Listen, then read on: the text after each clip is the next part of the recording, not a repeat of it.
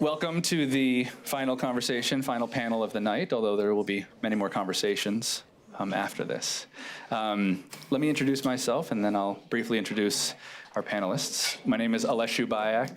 I'm a science journalist, former NPR radio producer, turned freelance, in the wilds of Argentina, and then did a Knight Fellowship. So I have some familiar faces in the room from the Knight Fellows, and now I teach over at Northeastern School of Journalism.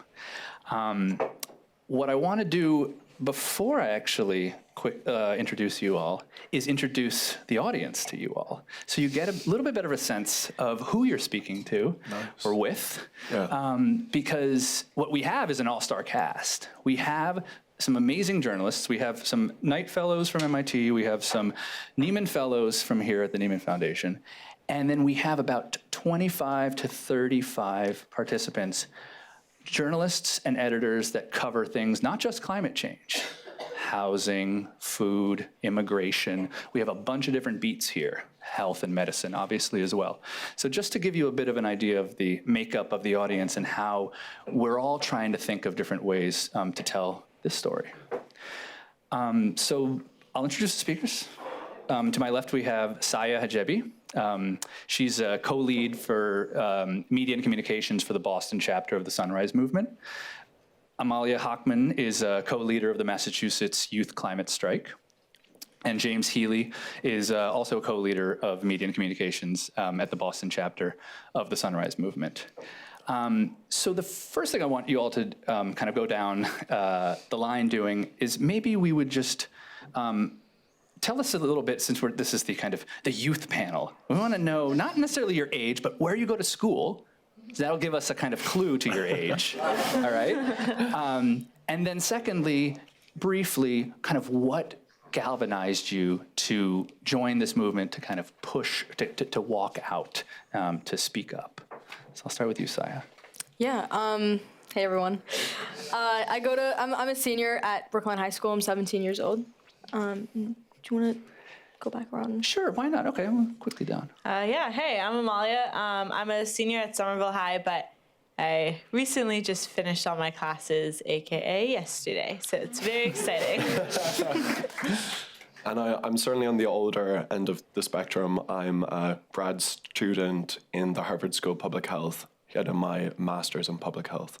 So I'm on the other side of the student spectrum. Yeah, thank you. Yeah.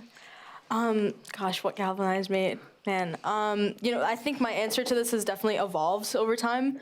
If you'd have asked me just a couple months ago, I would have said, sea level rise, temperature change, the polar bears, but that doesn't really put the issue in perspective for people. I can't really visualize what the sea level rise means in my day-to-day life. And so this summer, I was finally able to, meet my whole family for the first time in almost a decade, because I'm from Iran, and ever since we moved to the US 8 years ago, we weren't able to visit them, and they weren't able to visit us. And during this, couple-week period where we were able to see each other, my family got in a car accident. And, I woke up, and almost, in that instant, I nearly lost my entire family. And it was the most terrifying moment of my life. And I was lucky enough to get a second chance. But I keep thinking back to how many families in Puerto Rico, in Florida, in California, how many kids don't get that second chance with their families? How many kids wake up and see their entire home in flames?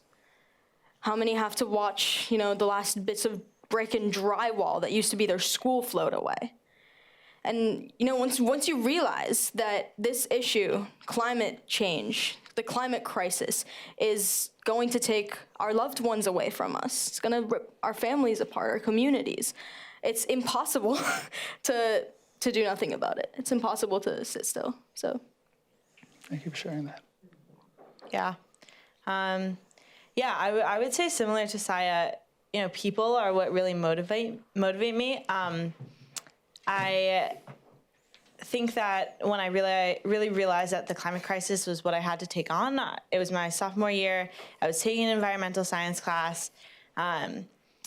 the IPCC report had come out recently. We were talking about it in my class, and I had just seen Sunrise do one of their first big actions at Pelosi's office, and a lot of things kind of clicked. And I was kind of like, okay, we've got 12 years. I understand why this is a problem now, and it's making all the other, issues of justice and the systems of oppression so much worse in our country and all over the world. And it doesn't make sense for me to be like, oh, I'm just going to work on gun control, or I'm just going to work on women's rights, et cetera, because the climate crisis, it's coming and it's happening, and we need to end that before we can fix the other things, because if we just focus on the other things, we're going to all die. I think about the next generation. I feel like it's a little bit too late for my generation to have a real future. Our lives have all been sidetracked one way or another. I definitely was not my plan to essentially drop out of senior year. I'd always wanted to go to Northeastern and then become a lawyer and work for the ACLU, and that's so not going to happen now, and that's okay. But I don't want that for the next generation. I don't want to have the 3-year-olds who are alive right now to have to make the choice when they're in high school whether to continue their education or whether to fight for their future. And I hope that we're able to end the crisis soon enough so that they get to have a normal childhood and get to have the future that they've always imagined. Yeah, that was eloquently put. Hi, everyone. I'm sure it's able to hear by my accent. I'm Irish. And I have an American mother, so I'm a U.S. citizen. I vote in the 16 elections and the primaries. I graduated university from Ireland in 2017, and I think the election of our current president was certainly a moment of political awakening for me, especially in the media sphere. I was always a very poor writer throughout my life, solid C English student. That's why I went into science. And I really felt that literally the day of the election, we're over in Ireland now. People were crying on my university campus. It wasn't only an issue over here. And I wrote an op-ed for the Irish Times. It was published. I was quite happy with myself for that, for actually just putting a few words and sentences together. But I graduated. I wanted to do research, so I moved over here. I worked at Harvard Medical School in pediatric oncology research. And then I suppose I was always involved in environmental organizations as an undergraduate, but really, I suppose the pulling of the US or the Paris Climate Accord, really, I suppose that was one of the first main issues which struck home for me, that these issues, which I hear about a lot, are just being fracked away, are thrown away. And it certainly caused me to look into my own career path, like Amalia. And I found myself working with these cancer cells under the hood every day, and I'd have various podcasts in my ears. And I just couldn't believe the state of the world outside of the very cozy environment of the Harvard science sphere. And I think I've always been very conscious of my privilege growing up, the number of opportunities I've had and the amazing spaces I've been involved in.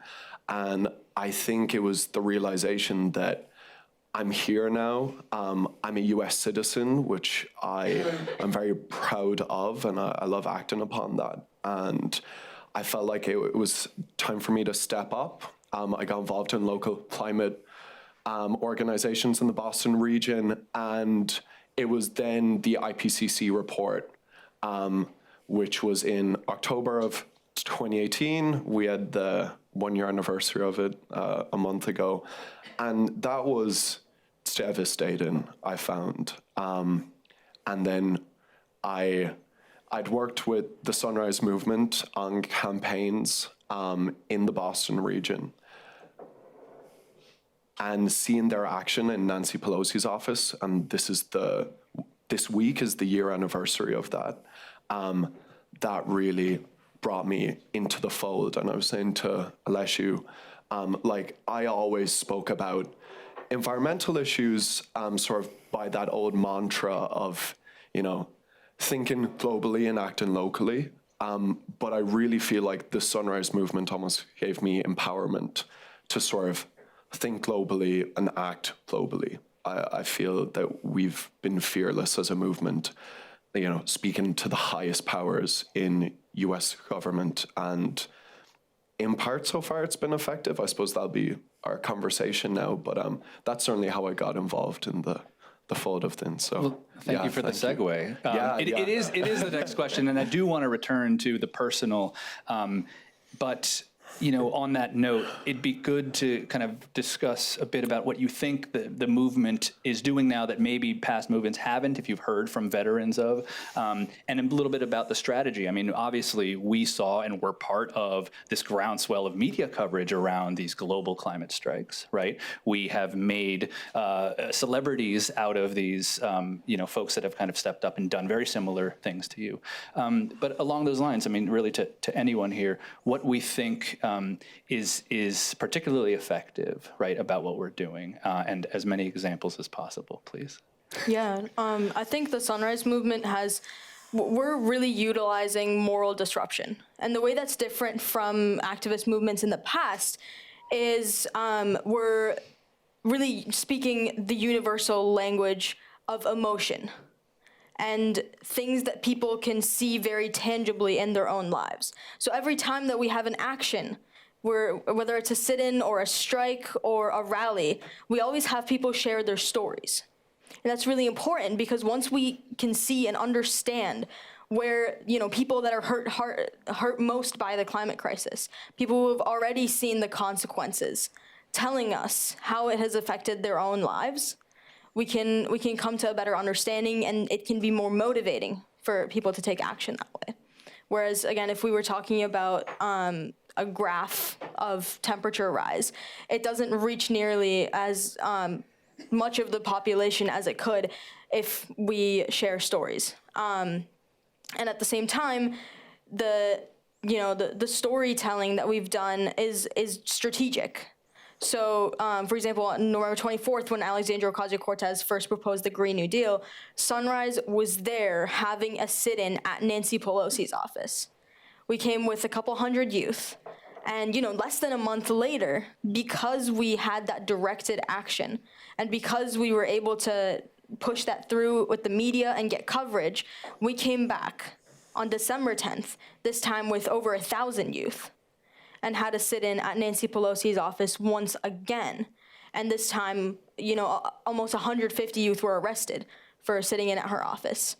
And so that momentum kept building because in November, the co-sponsors for the Green New Deal were, you know, you could just count them on the fingers of one hand. But a couple months later, by having these directed actions day after day, by calling in to our representatives and our senators, by having these sit-ins all across the country, we were able to push that not only into the national conversation, where now it's, you know, people know about the Green New Deal enough to talk about it, but also we were able to get many, many more co-sponsors in the legislature, and we got over 200 legislators to sign on. Yeah, I totally agree with that. And just adding on, our personal narrative and our storytelling, I do think is really crucial and essential to the movement and it working so well. And not only is it something that we do at these large rallies and protests, but it's something that we do in our trainings and in our hub meetings, and we'll, you know, have some time to kind of like share our stories and resonate with each other. And it really builds such a stronger movement. It's like, these people are like my family. And it's like, you would do anything to fight side by side with them. And it just creates such these strong bonds that's like, we're just in this together and we're going to keep fighting. And then when we're out at these protests and we're sharing these stories in front of all of these people, it's so much easier for people to see themselves in whoever these storytellers are. You can see why they're making these choices, how the climate crisis has affected them, as opposed to, like Saya was saying, like these graphs or these charts, or even, protests that you could be blocking a road, but nobody would know why. And we're always make it very clear about why we're there. And that goes along with our messaging is it's always, hopefully you've all seen at least some of Sunrise messaging, but we're always in yellow and black, and we always have a very clear ask. Usually it's like, we need a Green New Deal, or this is an emergency, or whatever it is. It's very clear that from any picture, anybody walking by, you would know why we were there and what we were fighting for. And so that's something that's been super helpful, because we've seen, we've studied these past movements, and the ones who haven't been that successful, you could walk by, you could see photos, and you would have no idea why they were there. You would see them blocking a road, you would see them sitting in somewhere, but you just wouldn't know why. I definitely think that the storytelling, personal narrative, and just really concrete messaging is essential. Yeah, I certainly found it's the fact that it is a youth-centered movement, and I suppose, I'm sure we will get to this point, but you look at Europe at the moment and how I was at home in Ireland for a month before I started grad school, and I was in Paris a few times. There's murals of Greta Thunberg around the place. Like every young person you speak to in Europe knows her name, and I'm actually find myself getting goosebumps over this right now. It's amazing, and I think where it differs to other environmental movements, ones who are much more established in the US at the moment and have a much firmer hold on Washington, is that I feel whether, you listen to some podcasts and it's maybe Ezra Klein speaking with Varshini Prakash, or David Remnick might be speaking on a piece about the Sunrise Movement on a whole. I feel it's the fact that it's very understandable for media professionals such as yourselves that we're not just up there throwing out a talking point for the sake of it. Like we are just genuinely scared, and I feel for a lot of people this is a great way to channel this sort of emotional instability which we feel constantly. Like not to go off on a side point, but I found myself in leadership in our movement speaking with 14-year-olds, 15-year-olds about them feeling like dealing with depression over this issue. And like, first off, I'm not, I have no expertise in that issue. I feel that it's the reality of the situation. Like, I'm sure there's many people here who know the Sunrise messaging very well and the youth messaging on a whole, and I'm sure at times you guys might even roll your eyes at it because it's sort of like, here's young people going off the usual talking points. But I feel it's because we genuinely mean that. We genuinely feel that, certainly in the case of Saya and Amalia, like I was more involved in university. I did a small bit of work in high school, but there are young people literally sacrificing their lives for this movement. And I think it's so admirable. And I feel that's where we've been effective. The youth movement on a whole, Sunrise also, just that sort of, just being genuine in our points. I feel that people are able to relate to sort of the emotions which we're projecting. At least I hope. I was also saying that we would love to hear some of your guys' opinions on us and the youth movement on a whole, and critiques and positives and whatnot. Definitely. But yeah, thank you. No, we definitely do want to open it up for conversation. But I do want to kind of highlight the fact that you all kind of had such visceral reactions and took it so personally, and then are talking about really storytelling devices for the rest of us about making this kind of far off problem more perceptible, more personal, more tangible. It's definitely something that, climate scientists who advise, or talking to journalists, definitely as my fellowship taking classes from Susan Solomon and talking about how we must, communicate the science. It's through these things that you're talking about. And I find them to be storytelling, right? Narrative devices, right? Characters, the personal stories that you're sharing. And I'll actually reveal something, I also kind of am living in this time and though, in my role as a journalist, have to kind of divorce myself from kind of responding viscerally to many of these things. I'll let you know that I named my second son Noah, and we named him that for obvious reasons, that we need people, maybe it'll be him, who can confront this and maybe rescue our civilization. I'm not joking. I'm not saying that because I'm on a panel at Nieman House. I'm actually serious, and it still feels good to be able to tell that story, because it's something. I just named a kid something, right? But we all need to be recognizing this thing, and so we had some really interesting discussions. So let me segue into my next question. I apologize for that sidebar there. My next question is we had some really interesting discussions today about it was daughters of older conservative white men, right? The daughters were very effective in kind of pushing them and changing their minds on certain issues around this topic. That leads me to ask, how, not necessarily the peers or you mentioned family as the kind of group of activists, how have your families responded? How have you met with resistance to folks that don't understand why you're so galvanized for this, or that think that it's have a pessimistic view on kind of what you're doing? Gosh, I mean, when I first started to go to more Sunrise actions, and actually I was going to go to the December 10th action to sit in at Nancy Pelosi's office. And for my family, for my mom specifically, her concern was more about safety than whether or not the cause was good. And that's because I come from a country where speaking out, being a journalist, being an activist is life-threatening. And she wasn't sure if she wanted me to go into this environment where I could potentially be putting myself in danger. But I guess we both took a leap and trusted the U.S. system. And I think, I think that's part of what makes this country so special, is because there's a history of change. There's a history of social movements. It's not the first time that people have pushed for drastic political change. We've done it before. We've done it with the Great Depression. We've gotten through the World Wars. We've gotten through the Civil Rights Movement. And it's never been perfect. But I think what makes the difference here is that we're able to confront these problems, and once there's enough people behind the movement, we can make that change.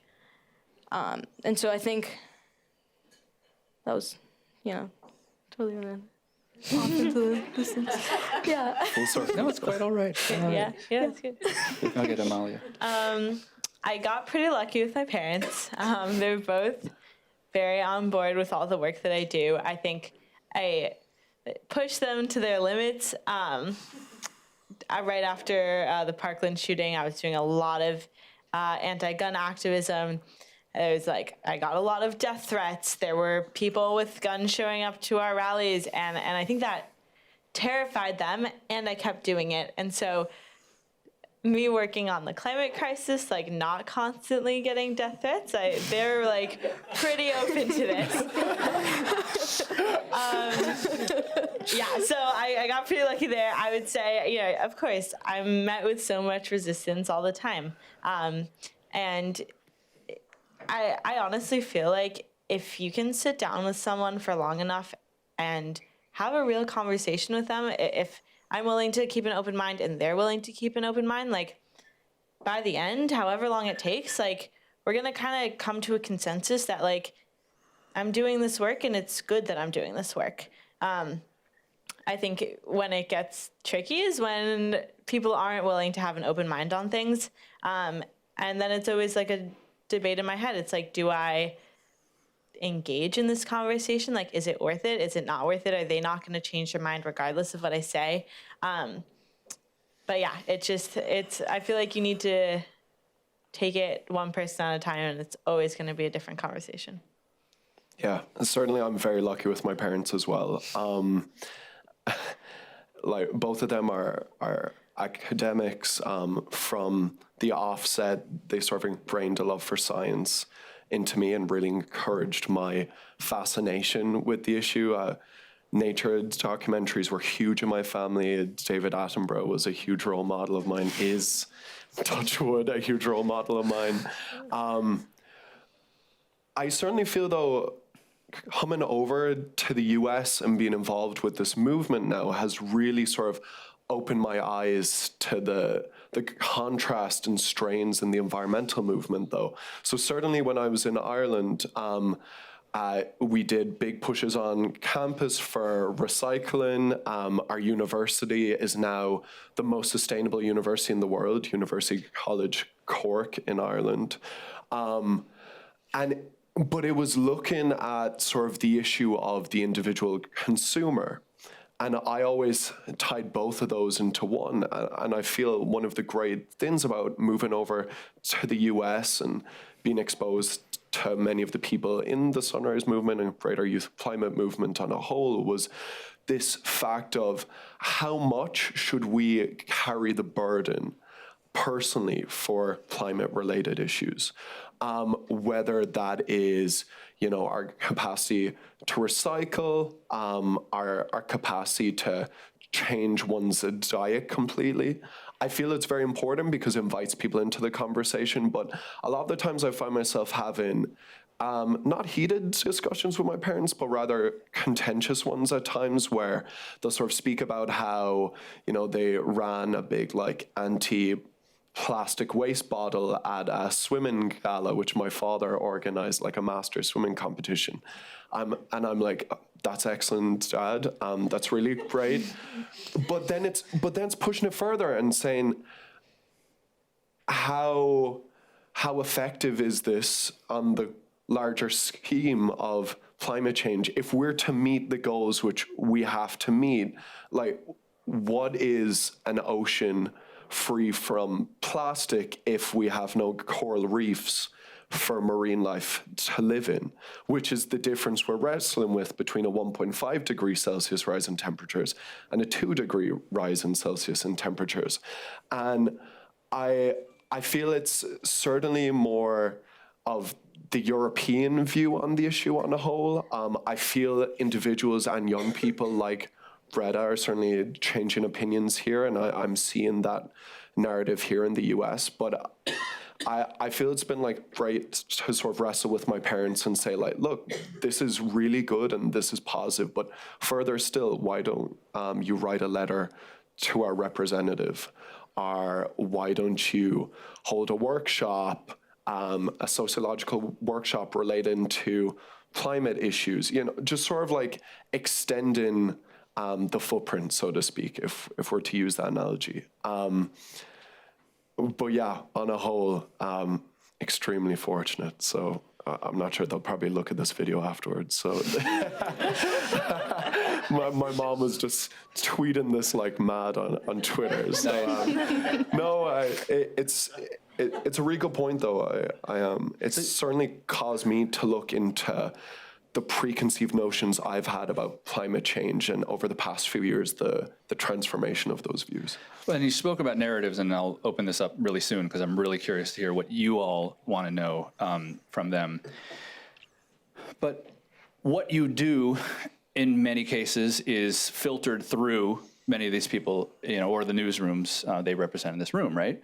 What have you seen in media coverage of what you have been involved in that you either like or that you want to see much more of? I really kind of want to get a sense, and also if you'd like to share your media diet, we'd love to know. I'm always asking my students, where do you get your news? It's a two-pronged question. Cool. I think the storytelling and highlighting the actions that we do with, and making sure to push the youth aspect of it. Just the fact that people are coming out of school to do this, and the fact that we're going to inherit the worst outcomes ultimately is huge. And what that does is once you put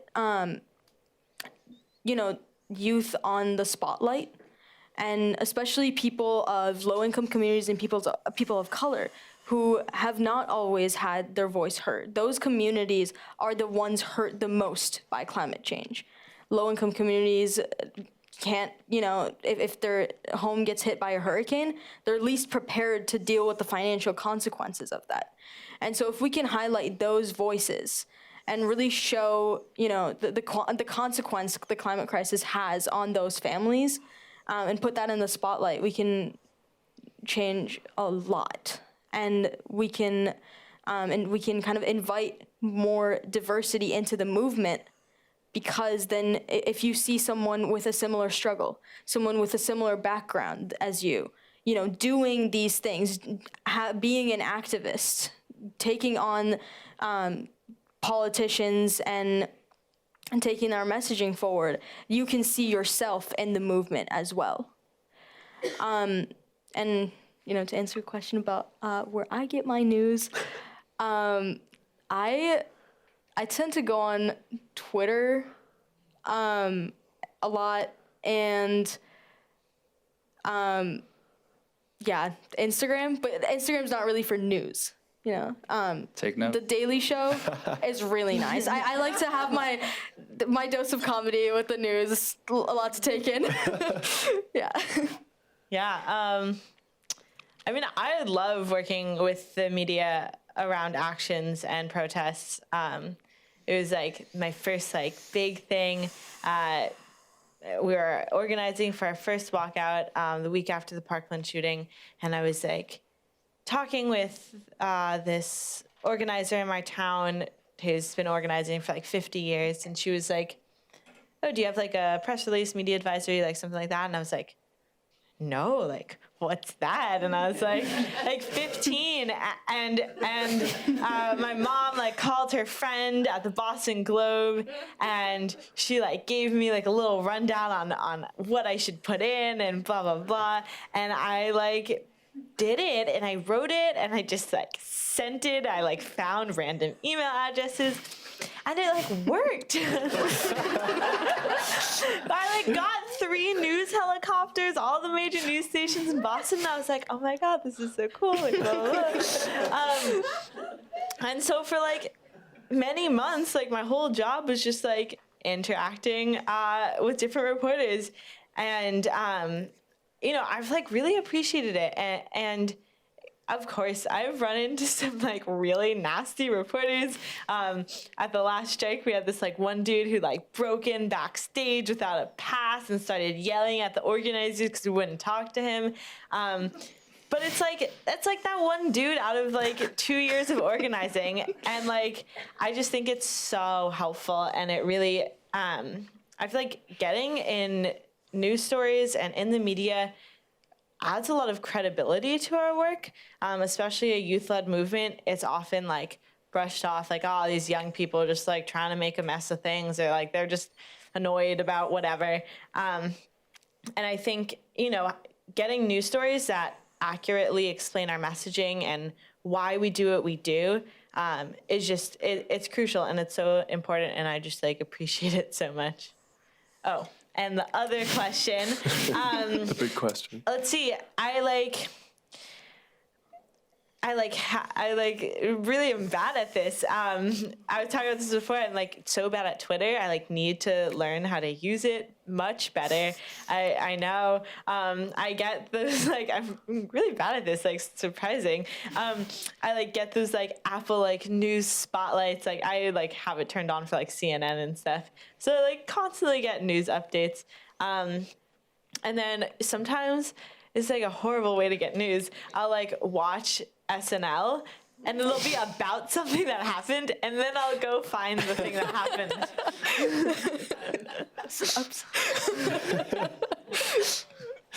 And let me interrupt before you answer, because I do want to invite you to be also critical, and I do also want to highlight the pack mentality of the press. And if you ever worry that, unless you're innovating or changing the message, that you might just lose the amount of coverage that you've been getting, right? And I guess I'm asking you to speak for the movement as a whole. How do you keep it on the agenda not just of the media, right, but also of the politicians you're trying to kind of coerce, right? Yeah. You mean if there's too much repetition of the same? Right, and so I've welcomed folks to kind of maybe also kind of explain what they've maybe seen in the framing of these stories. I mean, personally, I would say a lot of it, seizes on Greta, and the story is really about Greta and Greta's journey across the ocean and what's Greta tweeting lately, as opposed to maybe what voices aren't being lifted up, what communities are most kind of, or at least resilient to some of these issues or these storms or this, right? So I want to kind of invite you to be a little more critical about how the climate strikes as an excuse for covering climate change are maybe missing out on the nuance of what policies maybe you're pushing for. Do you understand what I'm? Yeah. Okay. Yeah. Gosh, there was this saying that at one of my first sunrise trainings that we went over is, I forget who it's by, but when you're tired of repeating the same message and the reporters are tired of typing the same thing and putting it out, then finally, when everybody's tired of repeating the same thing, you've reached your target audience. I think it's Frank Lotz, is it? Yes, Yeah. there we go. Thank you. I don't think we're going to have too much repetition, especially because there's always so many great stories going on. We're never going to run out of people, affected by climate change unless we solve the crisis. And if we solve the crisis, well, great. We don't need to report on it anymore. But and I think right now, the difference is maybe not a shift in messaging, rather a shift in the people power and, just the fact that we're building towards the 2020 election. And we're, that's going to be absolutely crucial. We're going to be having a massive strike on Earth Day. We're trying to make that the biggest since 1970. That was when 20 million Americans came out to strike, and we're going to try to top that. And so I guess there's kind of this escalation arc that we can cover, and the reporting's not going to get old because it just keeps building on that momentum, and people are going to continue to get more and more energized. Yeah. Something I found interesting and disappointing, that's something we see literally here now, is that I feel like the climate crisis and youth activism has become the hot topic. And a year ago, it wasn't. When I was trying to organize the first climate strike in Boston on March 15th, we called everybody we could and emailed everybody we could to get any news coverage, and it was not people's priority at all. It's this isn't in national media, blah blah blah, and we're oh my god, what are we doing wrong? And we kept trying different things, and it just was well, this just isn't the issue that people are covering at the moment. And then Greta gets here, and then the UN conference is happening, and then we had reporters coming to us before the September 20th strike, and it was suddenly there was all this national media attention because there was all this hype around it. And I feel the hype's gonna stay, moving into Earth Day and then the elections, and things are just gonna keep happening. But it was so hard the first few strikes being nobody's coming out, nobody cares enough. This isn't the issue yet, and it needs to be the issue. And I said, I think we've gotten there pretty well. But it was just definitely super disheartening. I was oh my god, nobody wants to cover this. Yeah, and I would go off the back of that and say that I know that nothing's ever a certainty, and I would certainly, I feel we are in part preaching to the choir because a lot of the folks in this room are focused on climate-related issues, but I feel there will probably be a point where this won't be as sexy or in vogue in terms of media coverage, and I would just ask everyone here to stay covering the movement, covering it honestly as well. I feel that there certainly was for a long time a lot of classic both sides reporting. You'd get your climate believer and they're put on par with a climate denialist. I feel in the past, that's not really as much the status quo, which is certainly a success. from my view, of course, I'm not a professor of journalism, and I haven't been involved in these spaces for as long as you all have. But I would also, I suppose, recommend using narrative much more. I feel there is certainly a habit, being involved in science-related spheres myself, I feel on issues of science and science reporters that we speak a lot about sort of even like certain feet levels of sea level rise. And we expect a reader at home to sort of be shocked about this in a sense. And I feel it's almost like it's quite a bubbled presumption of us. I feel that many people in their everyday lives, especially the communities who are at most risk from the climate crisis, they have 1,000,001 other things which are demanding their attention. And I suppose it's being conscious of the audience and saying that we need to take this issue, which is so existential and so hard to put a face on, and use narrative, use stories. Because I'm constantly in awe at journalists and media individuals, how you are able to find one person's story who represents the larger reporting on a whole. I'm constantly amazed by that. But I would sort of put out an ask to say just to continue doing that and making sure that the reader at home is able to put a face to an issue. Like, I feel it's a poor example now, but even being in Paris over summer, you walk past Notre Dame and it's in ruins, but Notre Dame got 3 full days of center coverage.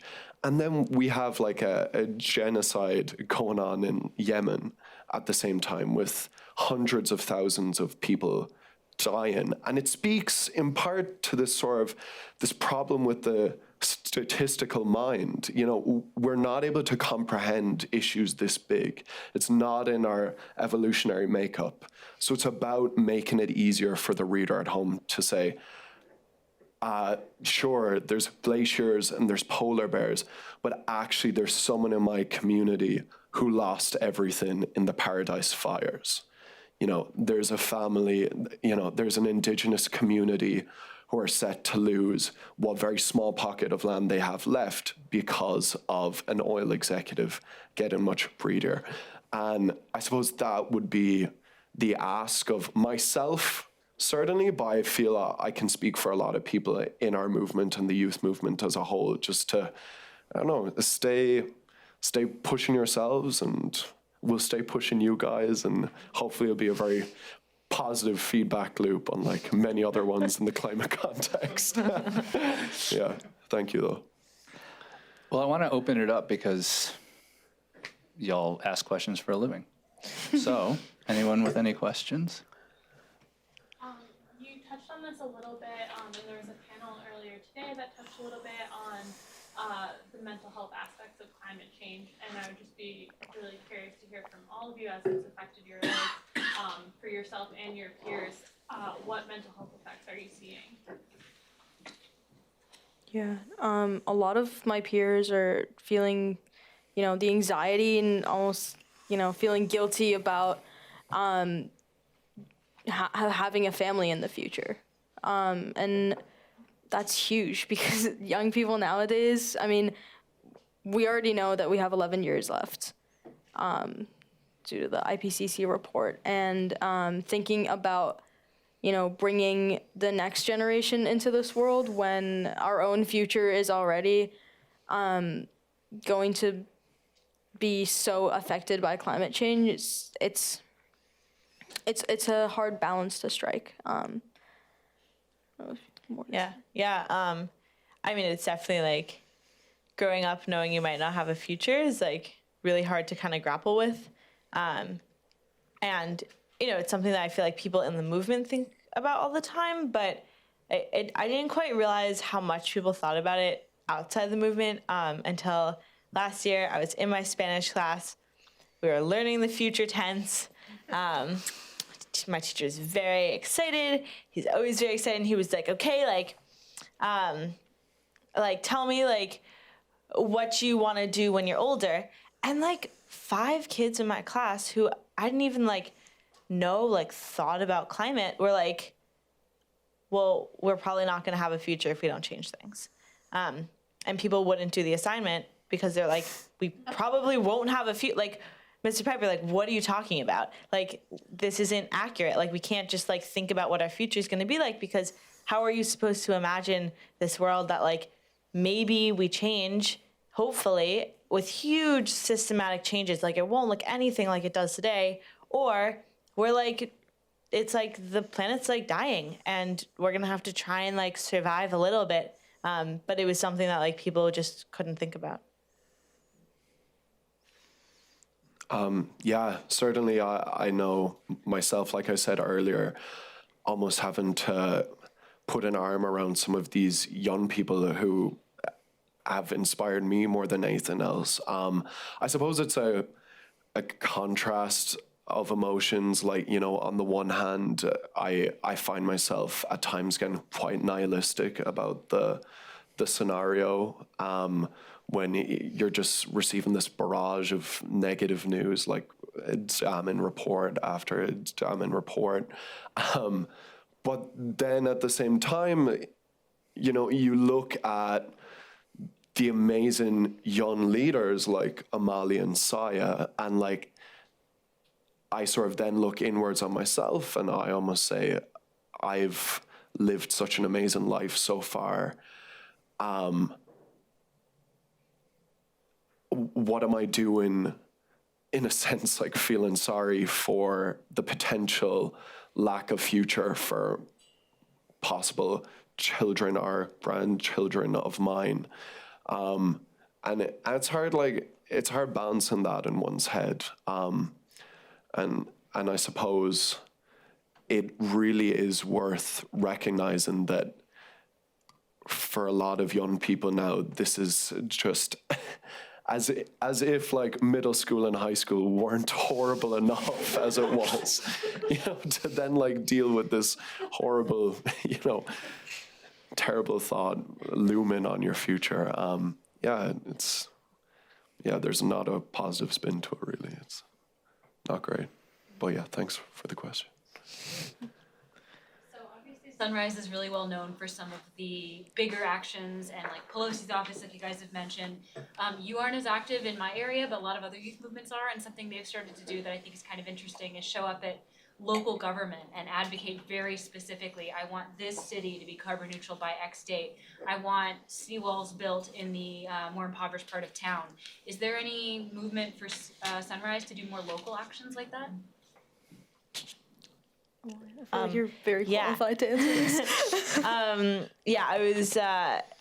I think, so one, like, in places where Sunrise is, there was a lot of local Green New Deal campaigns that were pushed.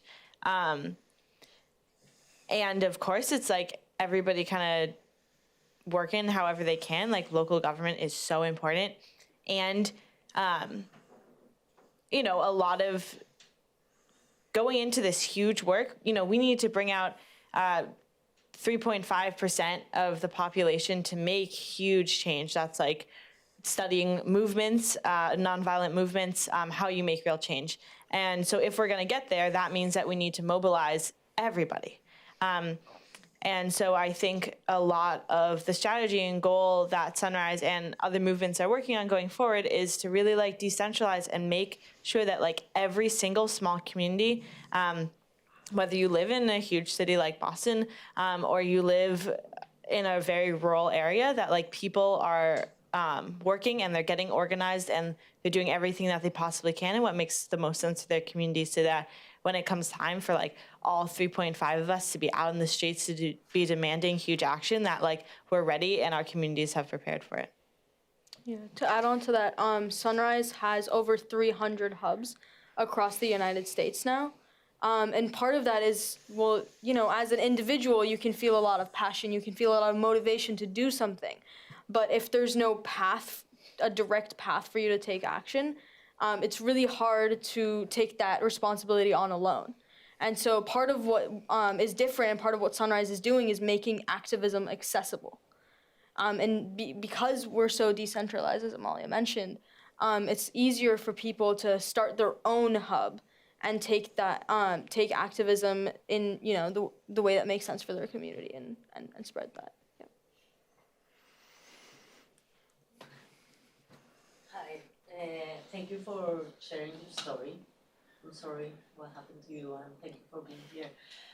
You mentioned you have talked about storytelling a lot, and you mentioned something about the trainings or your group works. Can you share a little more about it, storytelling and group teamwork? Absolutely. I think something that's really cool about what Sunrise is doing now is we're not just organizing things and doing it and then moving on. We're also training leaders. So actually this summer we had 4 summits across the country where it was just very directly focused on training people to be organizers. And that's how we're going to grow the movement. We're going to continue to train people to take over our job and grow the movement, because if we have more leaders, we have more capacity to organize strikes. We have more capacity to get people to show up to actions. And let me interrupt then. What does that look like? Is there anything novel or surprising to you about that training? Like, what did you learn? Okay. It's so different. It's different from sitting in like a classroom with your notebook out and just looking at the teacher give a lecture the whole time. What's different is it's a lot more conversation based and it's a lot more community based. So even though we might start the day with a couple slides and go through the main points, there's a lot of storytelling and resonance within the groups. So we really try to invite people to pair up and connect with each other. So at the beginning of the day, maybe you walk in and you don't know anybody. But when you walk out, even if you don't want to be socializing, you're kind of you're pushed to do that. And it ends up being really helpful because people might show up because they care about the climate. They might show up because of a piece in the news that they've heard, but they keep coming back and they stay because of this community and because of these relationships that they build. Yeah, just to add on a tiny bit, we sing a lot, which like a lot of people walking into the movement are like, oh my God, this is the weirdest thing. Like, please everybody sit down. Like, what's happening? I was certainly one of those initially. Yeah. But it like really grows on people. Like it's a way that like really helps to build community. And especially if you're like at these overnights, we'll like try and like change lyrics to like common songs to make them like climate oriented. And it's just like really like fun. Yeah, we also we do caucuses. So at those summits that I was talking about, like there was one night where we had like a queer caucus and a biracial caucus and a white caucus and a BIPOC caucus and kind of any caucus you could imagine. We had, and people could add more. So it was a way that people could really find people who were similar to them, who maybe grew up the same way, anything like that. And that was just another way that helped kind of build the community. And sorry, no, speaking on that point about stories, I think it's interesting because we use a lot of the framework from Marshall Gantz, who's a professor here. And I was actually at a workshop of his last weekend, sort of teaching, using the story of self and placing that into the context of the story of us and then the story of the greater movement, like the story of now. And I feel that's very central to what Sunrise promotes. It's learning, it's almost like the self-empowerment of knowing that you yourself have a very important story in where you've come from. And it in turn helps you connect your own dots and sort of lineage and roots to the greater movement. And I feel it's almost a great mechanism of comforting, but it's also very powerful in terms of like strategical grassroots organizing. I feel for both of those reasons, it's sort of been, I would say, one of the biggest successes of the Sunrise movement, which many environmental groups of the past never really explored are employed. And I feel, again, going back to that point of stories, like that's how we need to sort of rethink our media framing on issues around climate. I want to know more details. Where does this happen? The meetings? How many new people do you have? Some information can you share? Yeah, so we have hub meetings. Anywhere there's a hub, so like Boston has a hub. There's many other hubs in Massachusetts. We have a hub meeting about once a month. Some places have it twice a month. Some places every 3 months. Wherever people can find. So right now we meet in a church in Boston, but it's really wherever people can find space. And then we'll do orientation trainings. So anybody who's found out about the movement, who wants to learn more, can come to these like 2-day trainings. And then usually every hub meeting we'll just have like a bunch, maybe like 20 to 30 new people every time, sometimes more. Yeah. And it was literally, I would say, back in February, in a room smaller than this, and now we're filling up churches. Like, it literally grew from around meetings of 30 people to well over 100 now. You're talking 150 people at these meetings, which is amazing for just one hub. Boston is the biggest on the East Coast, but still, it's amazing to see just how the past few months we've grown exponentially as a movement. Well, we'll keep watching you, and thank you so much for joining us. And I'll invite everyone to come up and talk if you have more questions. But thank you, guys.